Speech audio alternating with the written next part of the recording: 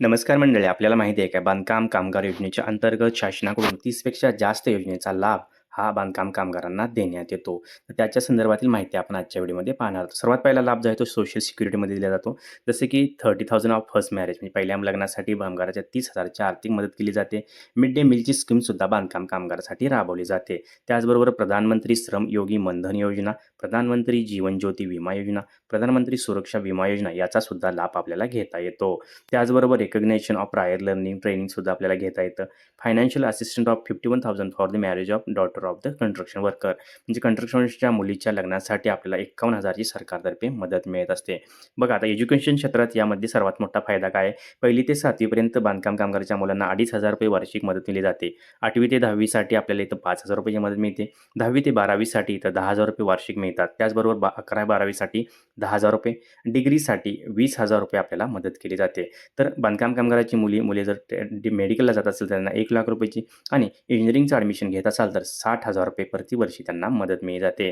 त्याचबरोबर डिप्लोमा कोर्ससाठी ₹20,000, ग्रॅज्युएशनसाठी ₹20,000, पोस्ट डिप्लोमासाठी ₹25,000 अशी आपल्याला इथं मदत केली जाते. त्याचबरोबर MSIT कोर्सची सुद्धा फी आपल्याला रिएम्बर्समेंट दिली जाते. आता हेल्थकेअर सेक्टरमध्ये काय मदत केली जाते पाहूया. हेल्थकेअर सेक्टरमध्ये नॉर्मल डिलिव्हरीसाठी इथं ₹15,000, सर्जिकल डिलिव्हरीसाठी ₹20,000, त्याचबरोबर ट्रीटमेंट ऑफ क्रिटिकल इलनेससाठी ₹1,00,000ची मदत केली जाते.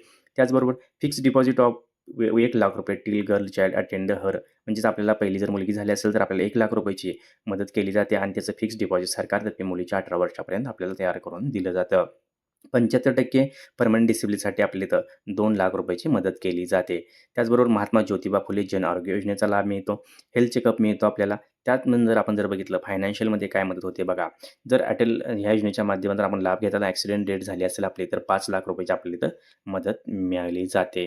त्याचबरोबर जर बघा आपण नॅचरल डेथसाठी ₹2,00,000 अटल बांधकाम कामगार योजनेचा आपण अर्बन म्हणजे लाभ घेऊ शकता किंवा अटल बांधकाम कामगार रूरल ग्रामीण भागात सुद्धा आपण इथं घर बांधण्यासाठी या योजनेचा लाभ घेऊ शकता.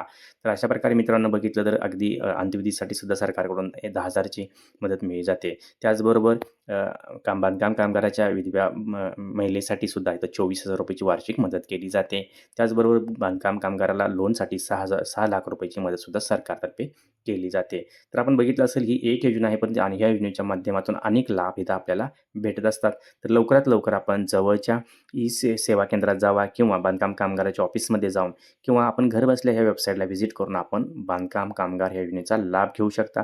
त्यासाठी आपला रहिवासी पुरावा असणं आवश्यक आहे. त्याचबरोबर identity proof, passport size photo अशी माहिती आपल्याला किंवा अशी कागदपत्र आपल्याला सोबत असणं आवश्यक आहे.